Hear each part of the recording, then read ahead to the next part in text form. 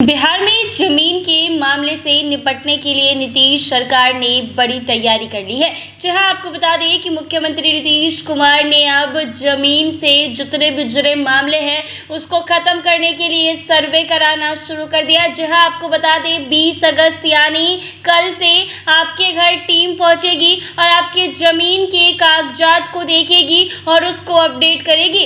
ऐसे में सभी जरूरी डॉक्यूमेंट जो है वो अब आपको लेकर बैठना होगा सर्वे के वक्त। ऐसे में आपको बता दें कि करीब 45,000 से ज़्यादा गांव में जो सर्वे है जमीन की वो शुरू की जाएगी। बिहार में जमीन को रिकॉर्ड को अपडेट करने और ज़्यादा पारदर्शी बनाने के लिए 20 अगस्त से सर्वे शुरू हो रहा है। ये सर्वे राज्य के 45,000 से अधिक गाँव में किया जाएगा। इस सर्वे के जरिए जमीन से जुड़े विवादों को सुलझाने और असली मालिकों की पहचान करने में मदद मिलेगी। सरकार को ये भी पता चल सकेगा कि कितनी जमीन सरकारी है और उस पर किसका कब्जा है। बिहार के सभी राजस्व गांव में ग्राम सभा का आयोजन करके लोगों को इस बारे में जानकारी दी जाएगी। दरअसल इस सर्वे का मकसद है जमीन के रिकॉर्ड को और भी पारदर्शी बनाना।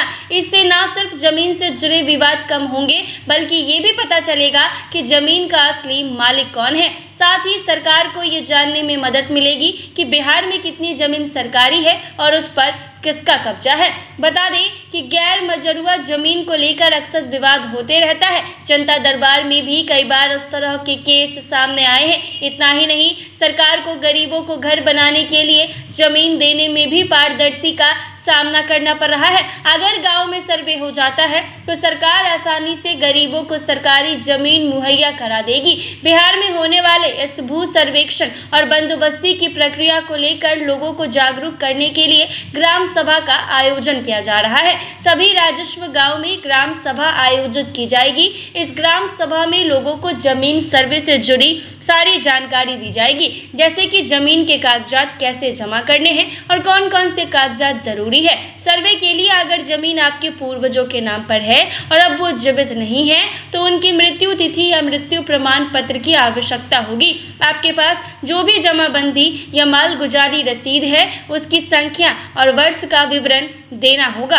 अगर आपके पास खतियान की कॉपी है तो उसे भी साथ में लगाना होगा। अगर आपके पास जमीन से संबंधित कोई और दस्तावेज हैं जैसे कि खरीद बिक्री के कागजात तो उन्हें भी साथ में लगना होगा। अगर आपके पास जमीन से जुड़ा कोई कोर्ट का आदेश है तो उसकी कॉपी भी लगानी होगी। आवेदक या हित प्राप्त करने वाले व्यक्ति के उत्तराधिकारी के बारे में एक प्रमाण पत्र भी जमा करना होगा, जिसके जरिए आपको यह साबित करना होगा कि आपकी ही जमीन के असली उत्तराधिकारी हैं। इसके साथ ही आवेदनकर्ता के आधार कार्ड की फोटोकॉपी भी जरूरी है। ऐसे में कल यानी 20 अगस्त से जमीन सर्वे का काम शुरू हो रहा है।